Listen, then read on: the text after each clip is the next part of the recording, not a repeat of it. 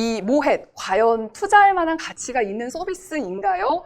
에 대한 궁금증을 갖고 계시더라고요. 먼저 드리고 싶은 질문은요. 수익의 안정성이 있는지, 그리고 이제 투자하는 입장에서 가장 궁금한 건 원금이 보장이 될까? 내가 돈을 투자했을 때 다시 이 원금을 돌려받을 수 있는지, 안전한 건지 그 부분에 대한 설명을 대표님께서 해주시면 감사하겠습니다. 많은 질의응답이 있고, 그 다음에 저 뒤에 장표에서도 보강 설명이 되겠지만, 어떻게 보면 첫 번째는 랩업 차원에서 투자자분들이 다시 봤던 것들을 좀 정리하고 넘어가면은요, 모햇이란 거는 예금자 보호 상품이 아니고 은행 상품이 아니니까 원금 보장이 안 됩니다. 원금 소지 가능성이 있는 건 명확한 사실이고요. 그러면 이제 대신에 태양광 투자하는 거는 망하기 힘든 안정적인 사업 구조다라는 것들을 제가 주장을 하는데 거기에 대한 설명이 필요할 것입니다. 그래서 수익의 안정성일 텐데요. 이제 랩업 차원에서 보면 태양광 발전소는 햇빛이 비치면 발전이 생산이 되는 것들이고 이 전력 생산된 것들을 우리가 한전이랑 20년간 고정 가격으로 판매가 가능한 구조이죠. 그래서 판매 가격을 고정시킬 수가 있고 지금처럼 유가가 이렇게 올라가 있을 경우는 일정 포트폴리오는 선물시장 유가 연동에서 좀 더 고가에 판매될 수 있는 구조를 가져갈 수가 있으니까 판가에서 안정적이라고 볼 수 있을 겁니다. 그런데 결국 중요한 건 원가죠. 원가.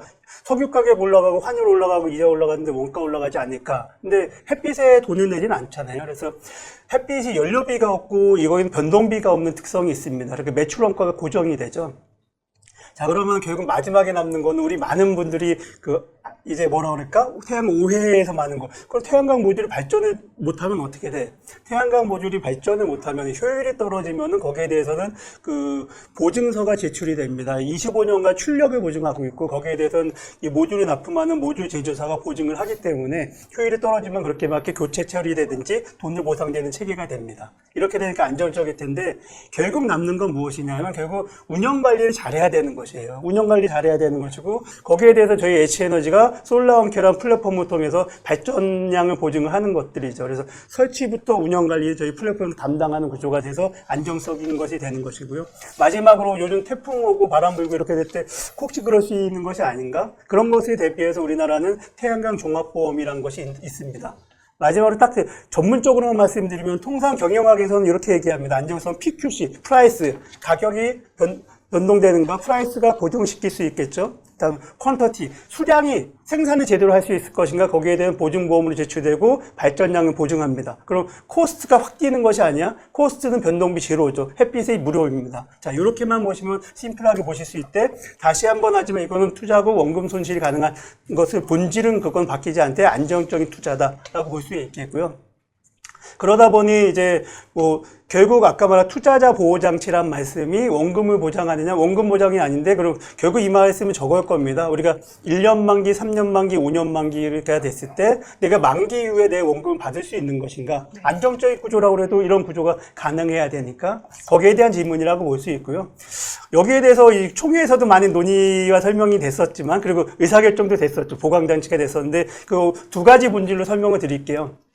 그러니까 좀 길어지는 이유는 뒤에서 이렇게 계속 질문이 나오는 것이니까 한번 요약하면 우선 본질적으로 여태까지 우리가 재벌 협동조합은 만기 탈퇴에 대비해서 신규 가입자를 100% 이상 늘어나고 있었죠. 그러니까 사실은 만기 탈퇴에 대한 걱정이 현실적으로 없어 왔지만 그렇다고 그것만 믿고 있을 수는 없지 않습니까? 그건 당연한 얘기고 만기 탈퇴 대비 신규 가입자들의 변동성은 H에너지가 플랫폼으로서 어느 정도 변동성은 보강 가능한 구조긴 하지만 그럼에도 불구하고 그럼 만약에 더 나가면 여기에 대한 보장 장치가 필요할 것이고 협동조합도 점점 커져왔지 않습니까? 그래서 올해되는 한 1,500억 이상이 추가로 모집이 될 텐데 이 정도 규모에 맞게끔 하기 위해서 저희가 지난 3월에 총회를 통해서 많은 논의를 통해서 안전장치 추가로 마련을 해왔죠. 그건 무엇이냐면은 우리 개인들이 탈퇴하고 만기 탈퇴해야 되는 정도의 금액에 한해서 우리 B2B 저희가 앞에서 설명한 프리-IPO를 하면서 스틱 인베스트먼트와 H에너지가 함께 발전자에서 설립하고 여기서 B2B, 증권사가 참여하는 B2B 자금이 개인들이 탈퇴됐을 때 그 발전소를 매입을 해서 협동조합의 유동성을 보강하는 장치들이죠. 그러니까 개인들이 기본적으로 탈퇴되는 금액 수준에 맞게끔 B2B 이 기업이 발전소를 산다. 이렇게 보면 되고요.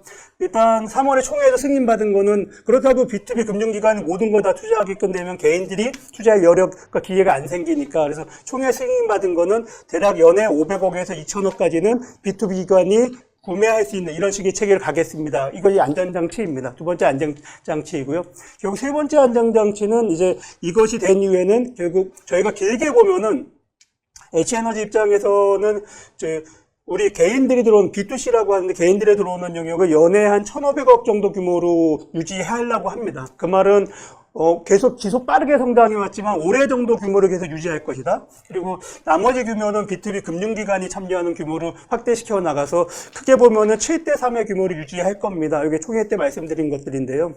여기에 대해서도 물론 이제 우려가 있을 수 있겠죠. 이렇게 되면은 내가 만기가 되고 나면은 내가 후속 연장 못하고 금융기관한테만 다 가는 것이 아니야. 근데 그러는 건 아니고요. 저희가 그런 약속은 드리고 대신 우리가 재생에 투자를 함에 있어서 우리가 모든 걸 많이 투자할 수 있으면 좋겠지만 지속 성장에서 규모가 커지려면 시스템이 갖춰져야 됩니다. 개인들만 가지고는 항상 변동성이 생기고 금융 시스템이 뒤에서 갖춰져야 되겠죠.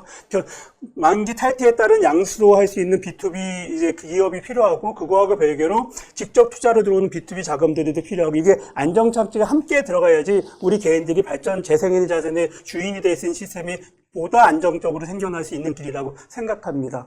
이게 이제 길게 말씀드린 것들인데, 그럼 이제 두 번째 본질 한 번만 짚고 넘어갈게요. 이거 사실 필요 없을 수도 있을 텐데, 투자의 본질, 아까 말한 투자자 보호장치의 본질은 내가 투자한 돈이 얼마나 안정적인 자산에 가치가 변동되지 않는 안정적 자산에 들어가 있을까 합니다. 내가 투자한 돈이 정말 널뛰기 하는 주식에 들어가 있다 그러면 그거는 보장이 안 돼 있는 것들이고, 부동산 올라간다 그러면 좋죠. 내려갈 수도 있고, 그럼 안정적인 보장 장치는 아니겠죠.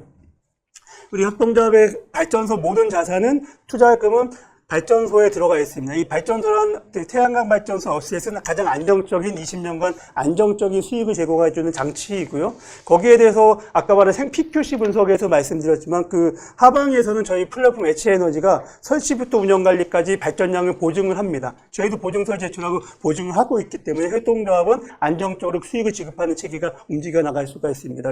투자자 보호 장치는 없고요. 예금자 보호 상품은 아닌데 투자자 보호의 핵심은 내 돈이 어디가 있고 가장 안정적인 스테이블한 자산에 들어가 있다. 이걸 보시면 되고요. 그 또한 리스크일 수 있지만 어렵지 않게 판단하실 수 있을 겁니다.